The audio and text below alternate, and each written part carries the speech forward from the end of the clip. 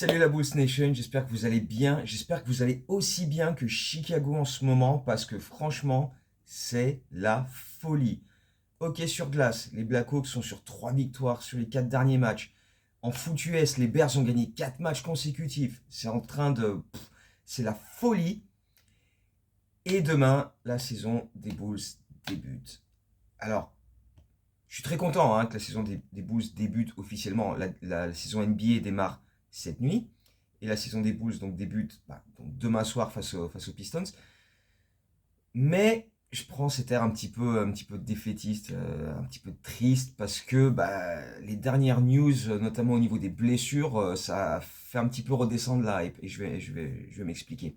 Donc jeudi dernier, on jouait notre dernier match de pré-saison, on recevait Minnesota. Et pour l'occasion, on récupérait Kevin Huerter, qui avait loupé les derniers matchs de pré-saison. On récupérait aussi Julian Phillips, qui a été très bon sur ce match-là. Mais dans le sens inverse, on perdait Isaac Okoro, qui était touché au genou et qui avait joué que 10 minutes au match précédent. On a perdu Patrick Williams. Et on a perdu Ayo Dosunmu, qu'on a vu sur le banc avec une attelle de protection au poignet gauche. Donc pas rassurant du tout. Et en plus, pendant le match, euh, Zach Collins, qui était très bon tout au long de la pré-saison, provoque un passage en force. Et c'est cool, parce que c'est ce qu'on veut voir, c'est ça que le front office voulait depuis le Media Day. Ils ont insisté là-dessus. On veut voir des mecs qui provoquent des passages en force, qui se donnent en défense, des hustle plays, nanana. Très bien, sauf que le lendemain, on apprend que quand il a provoqué ce passage en force, Zach Collins, en retombant, il s'est fracturé la main gauche. Et du coup, opération, et il sera réévalué dans 4 semaines. Donc c'est même pas 4 semaines d'absence, c'est 4 semaines d'absence minimum. Et ensuite, en fonction de comment ça se règle. Donc voilà, ça fait déjà pas mal de pépins physiques qui s'accumulent là en pas longtemps. Et hier, lundi, après avoir dévoilé les City Edition qui sont plutôt sympas, je trouve, le City Edition des Bulls c'est plutôt cool cette année, je l'aime bien. Derrière, il nous annonce que Kobe White, qui était censé être revenu et être prêt pour le match de demain face aux Pistons, pour l'opener de la saison, finalement, il va louper encore 2 semaines et il sera réévalué dans 2 semaines. Donc pareil, minimum 2 semaines d'absence en plus pour Kobe White avec sa blessure au mollet qui traîne depuis le mois d'août et qui du coup a fait qu'il n'a pas joué une seule seconde de la pré-saison, quoi. Donc ça commence vraiment à faire beaucoup, surtout que on n'a pas eu d'update encore concernant Ayo avec l'attelle qu'il avait au poignet gauche. On n'a pas d'update concernant Okoro, on n'a pas d'update concernant Patrick Williams non plus. On ne sait pas si c'est des blessures long terme, si c'est grave, etc. Ou s'ils sont là demain. Pour l'instant, on ne sait pas. On n'a pas eu plus de nouvelles que ça les concernant, donc c'est quand même assez inquiétant. Surtout que notre début de saison est hyper coriace. On a des équipes hyper ambitieuses dès le début. Demain, on reçoit les Pistons. Ce week-end, on va à Orlando. Pour moi, ces deux équipes-là, et ça engage que moi, mais je les mets dans le top 4 à l'Est. Voilà, même pas top 6, top 4. Détroit et Orlando, pour moi, elles seront dans les 4 premiers à l'Est cette saison. Donc deux grosses équipes, même si elles font pas top 4 et qu'elles font top 6, ça reste deux équipes largement ambitieuses cette année. Derrière, on a Atlanta qui s'est beaucoup renforcé aussi. Bon, les Kings, où il va probablement manquer Sabonis aussi. Et derrière, deux fois les Knicks. Une fois à Chicago le 31 et 2 jours plus tard au Madison Square Garden. Donc les 6 premiers matchs là quand même, c'est déjà, ça te donne une sacrée tendance. Encore plus si on garde cette fâcheuse habitude qu'on a développée dans la pré-saison, où systématiquement, les 5 matchs de pré-saison, ça a été la même chose. On démarre à 2 à l'heure, il n'y a pas d'intensité, on est mou, et au bout de 5 minutes, tu es déjà 10-12 points derrière au score. Donc, en vrai, cette pré-saison, ça n'a pas franchement été une grande réussite parce que on n'a pas vu le vrai visage de l'équipe au final. On n'a pas eu la possibilité de mettre ça en place de toute façon. Parce qu'il manquait Kobe White tout le long. Il y a d'autres gars qui se sont blessés et qui sont revenus. Et quand ils sont revenus, il y en a d'autres qui se sont blessés. Donc on n'a jamais vraiment eu le groupe au complet. Et on n'a pas pu créer les automatismes ou afficher le visage qu'on voulait voir ou mettre les rotations en place qu'on voulait voir, quoi. Donc, euh, et puis on n'a pas vu les progrès défensifs qu'on espérait. Parce qu'on nous a dit, ouais, on veut provoquer des passages en force, machin. Ok, on en a vu deux. Ok. Et sur un des deux, Collins, il se blesse et il va louper facile 4, 5, 6 semaines. Euh, et derrière, bah, on n'a pas vu grand-chose d'autre, quoi. Les passages en force, ok. Passer sous les screens, on nous disait, ouais, il faut qu'on soit capable de passer sous les screens. À part Okoro, Ayo, le reste, hein, on a fait comme on a fait d'habitude, c'est-à-dire switch automatique et puis démarre-toi mon con. Donc là, à ce niveau-là, la progression, c'est zéro aussi, donc c'est un peu emmerdant. Et puis même Okoro, hein, il n'a pas franchement brillé pendant cette pré-saison, hein. Il a fait beaucoup de fautes, pas aidé par le placement de ses coéquipiers qui laissaient un peu tout passer, donc il essayait de rattraper ce qu'il pouvait. Euh, Très peu d'impact, hyper maladroit au shoot. Je crois qu'il a fait 8 sur 20 quelque chose en 3 matchs et demi. Donc ça a été très très moyen de sa part, donc on peut pas franchement dire qu'il a apporté grand-chose jusqu'ici. Ça peut venir, hein, et ça viendra forcément, mais pour l'instant, c'est quand même très très faible. Et puis offensivement, bah, on a quand même beaucoup beaucoup galéré sur jeu placé, hein. Trop de possessions où personne bouge, on propose rien, il n'y a pas de solution. Alors que quand on le fait, on arrive à trouver des cuts, des paniers au cercle avec des fautes, des lancers francs, etc. Mais on ne le fait pas assez souvent. Et on doit régler ça parce qu'il y a beaucoup trop de possessions où on est statique. Et ça termine sur un shoot à la fin des 24 secondes parce que bah, il faut bien que quelqu'un prenne un shoot. Et donc on balance des trucs euh, improvisés, forcés, parce que bah, on n'a pas réussi à mettre quelque chose en place pendant 24 secondes. Donc c'est quand même compliqué quand même par moment, hein. Donc le chantier est encore assez conséquent des deux côtés du parquet. Et vu les adversaires qu'on a dès le début, bah, j'ai un peu du mal à imaginer qu'on sorte un début de saison extraordinaire ou qu'on démarre en fanfare. Mais sait-on jamais. On peut peut-être en prendre un ou deux comme ça et essayer d'éviter d'être largué trop vite. Parce que si tu commences par là, sur les 6 premiers matchs que j'ai évoqués, si tu commences par 1-5, tu commences déjà à être un peu largué, voilà. Si t'en prends 2, voire 3, voilà. Si tu commences à 3-3, là déjà, vu les absents qu'on a, tu peux te dire, c'est quand même pas mal, parce que vu les absents qu'on a et vu les effectifs costauds qui arrivent en face de nous, parce que ouais, franchement, Détroit et Orlando, ça, waouh, je suis vraiment pas rassuré.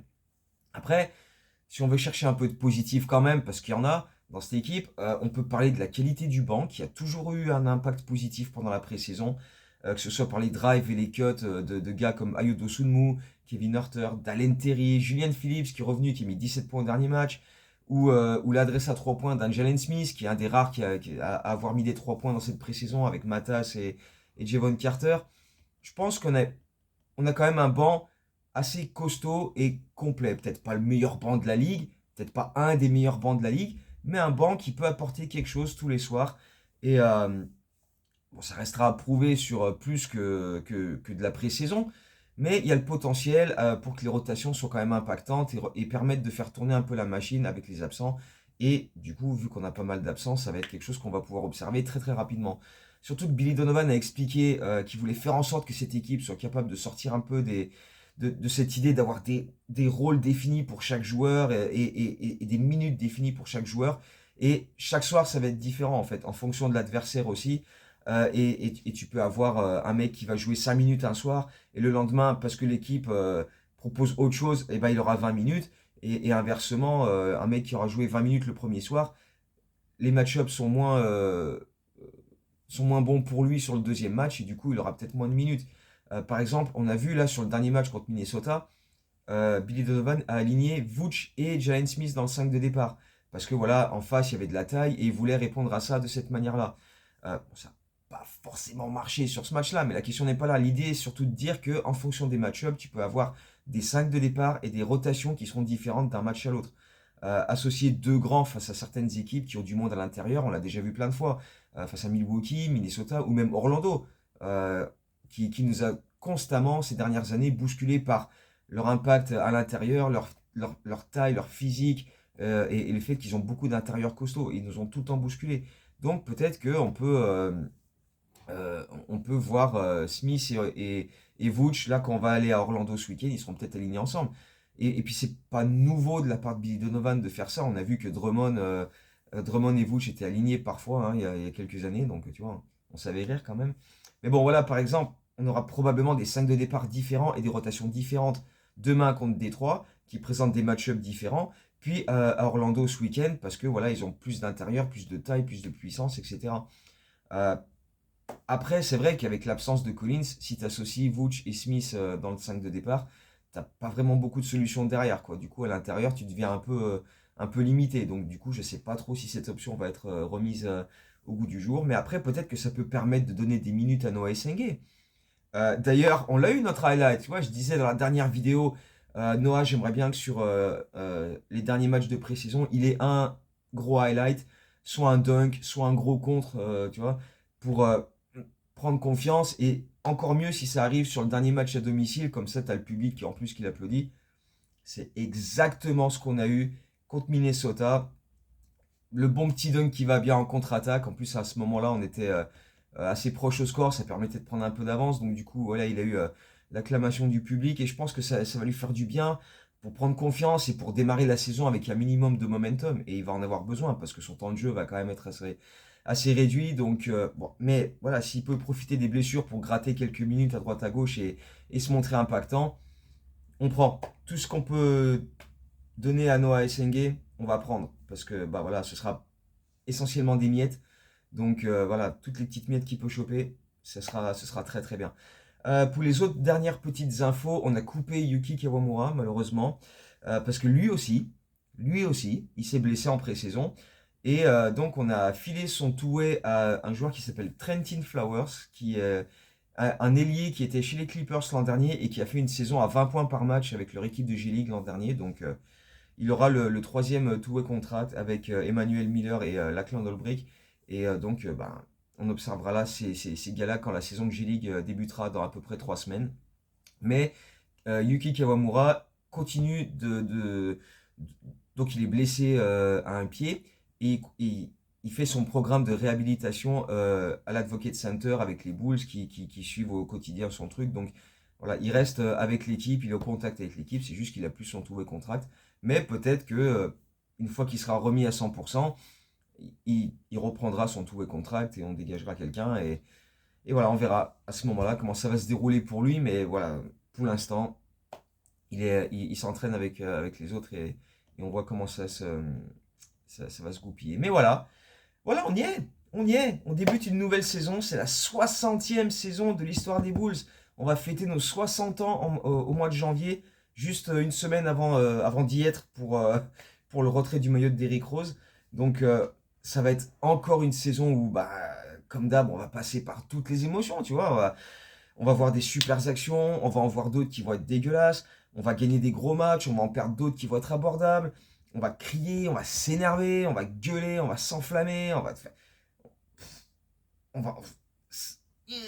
ils vont tous passer par là, toutes les émotions vont passer, donc bref, ça va être génial, on va vivre ça, tu vois, ça va être une dinguerie, donc voilà, vivement demain soir qu'on débute cette saison et qu'on kiffe tout simplement. Après, on gagne, on perd, de toute façon, hein, on sait avec les Bulls que voilà, on va pas aller hyper loin. Si on finit avec 39 victoires comme les 2 dernières années et qu'on va au play-in encore, et ben voilà, ce sera le bout du monde. On sait qu'on va pas tanker, qu'on va pas lutter pour la draft, donc prenons les choses telles qu'elles sont et voilà, juste kiffons le basket que cette équipe propose parce qu'elle est capable de proposer du beau basket quand même par moment, même si on aimerait que ce soit un peu plus resserré défensivement. Mais voilà, offensivement, il y a moyen de passer des belles soirées. Matas, voilà, on va être tous derrière Matas en année 2, tous derrière Guidi qui doit prendre le leadership de cette équipe, derrière Ayo, parce que bah, si jamais c'est sa dernière saison, bah, voilà, qui continue à nous faire kiffer. Et puis, et puis voilà, après, bah, il arrive ce qu'il arrive sur le parquet, mais tout le temps derrière. Et puis, ben voilà, nous on est là hein, pour la ville, pour la franchise. Et puis après, bah voilà, il arrive ce qu'il arrive. Donc, on se retrouve jeudi pour faire le point sur le match face aux Pistons de demain soir.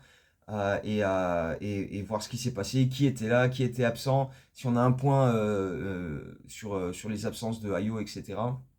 Et puis, donc on parlera de ce match contre les Pistons en opener et, et on parlera des matchs qui arrivent après avec notamment le déplacement à Orlando qui pour moi va être très très très compliqué. Mais on a le temps de voir ça plus tard. Le focus, c'est déjà l'opening night ce soir avec les 2 premiers matchs de la NBA. Et ensuite, demain, le premier match pour nos Bulls face aux Pistons.